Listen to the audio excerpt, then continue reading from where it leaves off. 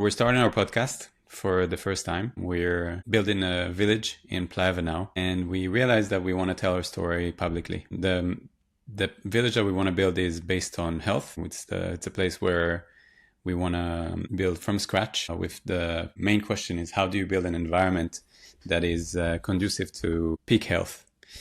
But not just like being super muscular, but also raise kids and families in a place that makes everyone happy and healthy. And so on this journey, we're asking a lot of questions to a lot of experts, a lot of people that are doing this every day. And whether it's people that are doing permaculture or are health experts or are architecture experts. And we realized that we want to share these learnings in public. So Elad, what are we building? Well, we are building a community, a movement. We're building a brand. We're building something that aims to explore an iteration on how might we improve the way we live our lives day to day. As you mentioned, how can we be healthier and happier? And we have a canvas. We have our first lab here in Playa Venao, a nice chunk of land that can be the home for 100 families or more. So the scale is nice, and actually, we're in Playa Venao, which in and of itself is kind of a health spot and growing in that regard, whether it's surfing, jiu-jitsu, and just everybody here being fit and being aware of what they eat and how they sleep. Meaningful culture here, and we're joining it and amplifying it.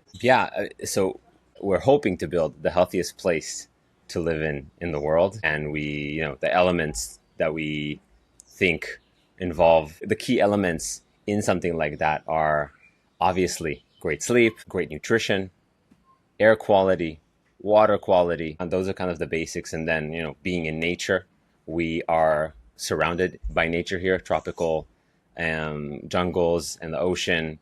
Community is another big piece. We all know that people age better when they're surrounded by friends and a support system. So that's all, again, something that already exists here and served as significant inspiration for what we want to do here.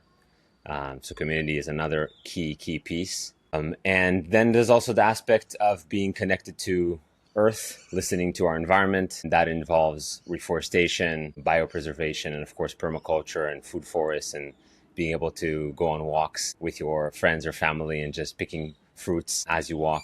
Those are some of the elements. Yeah, amazing. Yeah, and also I would add that default movement, basically enabling movement from the moment you wake up to the moment you go to sleep, whether it's walkability or activities that are super accessible to all ages. So really leaning into the fact that Venao by itself is a very healthy place with lots of opportunities for moving, but also building that within our village from the ground up. Yeah. So who are we gonna? Yeah. I think Go ahead. the frame that I love about this is just thinking about how the default thing to do for fun in our community, I think we imagine it being, let's go on a walk, let's go on a bike ride, let's go to a waterfall, a river, let's climb a wall, let's go for a swim. For a lot of the default fun activities to be activities in which you are moving. Yeah, so we think that that's really key to health span, and I think it's a repeating theme in all the blue zone areas. People just moving a lot, having to climb elevations on a daily basis. So we're certainly aiming for that. Yeah. So obviously all that really happens when your environment is built for that. So I'm going back to our research question is, how do you do that? How do you design something, an environment from scratch, from the bottom up, to be mindful of all of these things? And so to learn that, we are going to be interviewing lots of people, which, like I said at the beginning, we're doing that anyway. We're doing our research for our own canvas, but we think this is really interesting for everyone to learn. Any changes that you can do in your own personal environment today, where you live, and not only if you come to this village in a couple of years, what can you do to improve your own physical health, physical, mental, and emotional health? And so, Elad, who are the type of people that we're going to be interviewing? Yeah, so I think we have a few areas of curiosity. I think a huge one is, of course, related to health, public health experts, physical therapists, dietitians, anyone who's kind of aware of the best that traditional medicine has to offer us, traditional Western medicine, I should say, probably also looking into alternative medicine, whether it's Chinese medicine or other avenues, talking to people who have been through cycles of helping people, both on the individual level and on the systematic level. So you mentioned earlier the example of architects. We were aware of some architects that help design specific structures that promote health, whether it's how do you reduce the anxiety of children before they enter the dentist, or other little hacks where physical space has been designed thoughtfully for a certain purpose. Of course, also urban designers. How do you design beautiful cities that where the residents feel like they're able to move a lot, whether it's, the obvious things like bike lanes and parks, but what are the details that maybe not everybody is aware of? What are some secrets? We're very curious to unpack those. And then, longevity professionals, which also, by the way, hooks into Venao and Panama. And Panama is a center for stem cell treatment, and it has kind of a world-class reputation. People from all over are coming here. And we have some friends here who are basically initiating kind of a longevity hub that's going to be here in Venao. And it just empowers our project even further and makes us excited to be doing it here rather than other places. So longevity professionals as well, and urban design experts and permaculture designers, and potentially community leaders, right? So also another interesting question for us is, how do we structure this community well? How do we kick it off? And then what are the tenets that would hold this community together and give it a shape and identity? Are we going to be setting up groups on WhatsApp that help people tackle a specific challenge? Are we going to be doing some questionnaires and kind of helping people diagnose themselves online and then kind of grouping people? Is that an interesting direction? We don't know. Are we going to do groups that are going to be discussing how to design this village? Or are people going to be engaging with us on the design questions? Maybe. What I think one of the beautiful things that we love about this journey is how it's non-deterministic. We don't know exactly what's going to happen tomorrow. We're discovering it, and we believe in serendipity. And so we're really excited to discover who we're going to host on our podcast and what answers for our research question will arise through this serendipitous movement that we're doing on our own and with the help of a lot of people around us.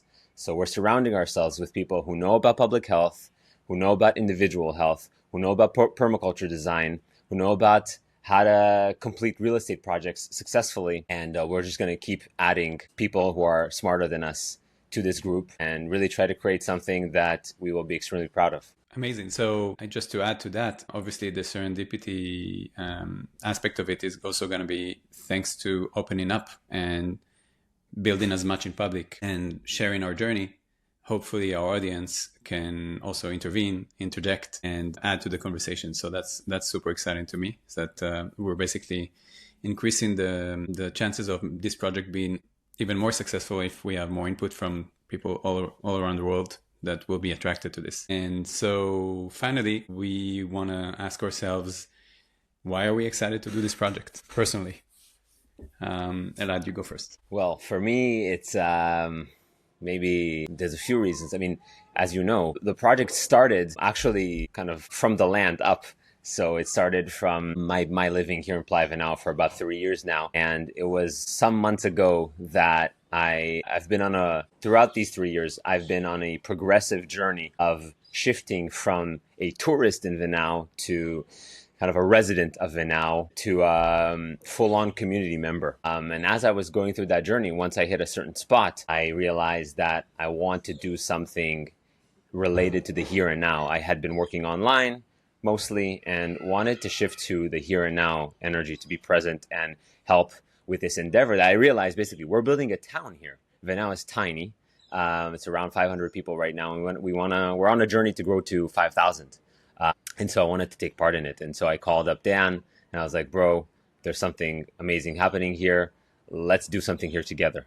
And so that's kind of how the exploration started. And so a big motivation for me is just that I love Venao and I love the journey of building a town and I want to take part in it. That's one big pillar. And then the other big pillar is just how aligned this project feels with who I am now and who I've always been to some extent, because we're really asking ourselves, what's the best life to live? How to design the best life where individuals and families and communities are thriving. And I think I've always found this question fascinating. I've been moving around for years since I was an adult, kind of exploring, and I'm really curious what we're going to find out. And I think humanity is in a very interesting point in time right now. There's a lot of volatility, high uncertainty. I think that we might be in this process of kind of birthing new cultures, new realities with the crazy technology that's coming, the crazy politics that we're living in. And in that context, what we're doing feels relevant and important. Just to make it a bit more specific, if we are soon hitting, an AI and robotics driven world of abundance, do we need cities to be designed with a strong focus on getting you to and from an office, to and from work, or are we doing something else with our time? Deep questions. I have no idea what the answers are, but I love that we're asking these deep questions on how to live life. So I think we're enjoying every day being in this student curious mindset that'll probably persist for years in this project, because we won't know, I think, fully what was a great decision and what wasn't until some years pass and people live within the design that we created. So just extremely curious, and also feels very aligned with our personal journeys of becoming the healthiest we've ever been in our lives. So it all just feels really aligned, really authentic, and really energizing. Amazing. So what were you thinking? What else were you thinking to do instead of this? Was there other things that you were thinking of doing? Was this competing with other ideas? Well, I spent about 20 years working in tech in various roles, from coding to product management, etc. And my recent excitement, which I still have energy for, and I'm hoping to merge somehow also within the work of this project, is coaching, business coaching. Currently, it's with executives at startups, but it's really, I'm not doing any marketing or sales. It's kind of a lucky thing that I'm lucky to receive some work without doing much marketing and sales. So that was a passion. I could have imagined myself kind of coaching 10, 20, 30 people in parallel, and kind of that really energizes me as well, the one-on-one connection. I'm sure we'll find a cool way to add it to the project, but other than that, that's about it. And since we've been doing this project, and since we've come to the realization that we're going to make it the healthiest place to live, this kind of product focus, I'm really having zero FOMO wanting to do anything else. What about you? So for me, this journey is really a journey that began with intuition. Just like I realized that when we spoke a year ago or so about Venao, and how it's an amazing place to raise your children in, and how you want to get deeper and more involved in Venao. And then later on, you said, "Oh, I want to get involved in real estate there." My intuition was, yes, I'm down to learn something new. I've always been doing tech for 20 years. And it was always in the world of bits, not in atoms. Well, honestly, actually, I have a tea store in Israel, so that's actually in the physical world. But I always was curious about real estate. Always was pushed by my parents and grandparents to buy real estate, but I would never found my angle. And then over time, I realized that I'm gonna jump in just because I want to learn. I want to learn real estate. I want to learn how does it work. And honestly, we started from a small project, a small idea of buying like maybe 1,000 square meter, and then we jumped to 14 hectare, and then to 43 hectare, which is 430,000 meters. So it scaled, and I guess it's much more exciting now, because we're doing something that is more significant, both in Venao and for ourselves. And so I had an intuition that this journey will be fascinating, and I always like to follow my interest, and to find how it aligns with myself. It took some time, but I think it was an interesting journey, because now it kind of merged with another stream in my life, which is the pursuit of health. Always been really interested in nutrition, fitness, but as a hobbyist, I guess, as a curiosity. And over time, in the past year, I got more and more into health span, and like there's also this general trend in the world about health, with all the big influencers that are coming up, like Brian Johnson, Peter Attia, and Andrew Huberman. And I'm also part of this movement on my personal health, and merging this passion, this hobby, into actual physical realm where we are going to take learnings from the world and basically apply them to the real world, to the physical realm, to the environment where people live, to make health be a default thing. Where I think today we live in a world that has not been designed for health. It's been designed for other things. And so asking ourselves this question, what do you need to do in order to change an environment to make it healthy for everyone? I think that's super fascinating. And I know, on an egoistic reason, is that I know that as we go through this process, I will become healthier because I'm going to learn from the best in the world how to do it. So that's an amazing externality and a side effect. And yeah, so basically the idea of taking a journey of learning and applying it to the real physical world in an amazing place like Venao, which to me is really aligned with a lot of things that I like. So I'm excited to do it, and I'm really enjoying the journey, which is, I think so. And I also want to say, basically, I like that our middle life crisis is to build a health village in tropical Central America. I guess it's a good one. It's a good middle life crisis. Yeah. Yeah. It could have gone in different directions. So I think it's a good one. I agree. What we would love is for people to join us on this journey. Follow us on any social media that you like. We're mainly going to be active on X and LinkedIn and Instagram. We'll be sharing a lot of content. We'll be if you have people that you think we should be interviewing, please let us know. Give us any feedback on anything that we're doing. Yeah, and I think maybe worth adding, like, again, in summary, like, what should you expect from us? So I would say that the general format of our communication with the world is we want to be transparent, vulnerable.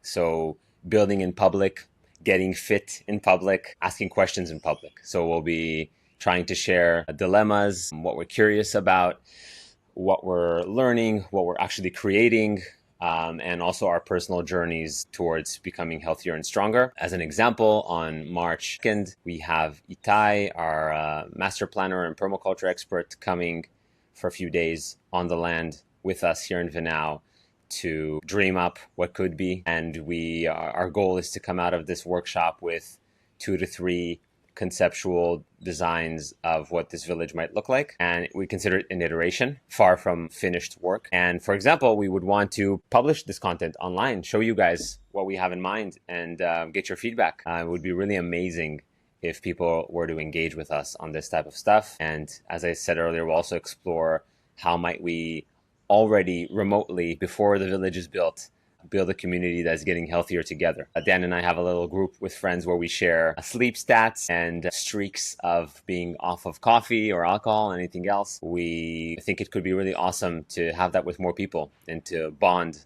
over our shared journeys. Yeah, love it. So we'll share all of that in the show notes, and that's it. If you stuck around until now, thank you so much.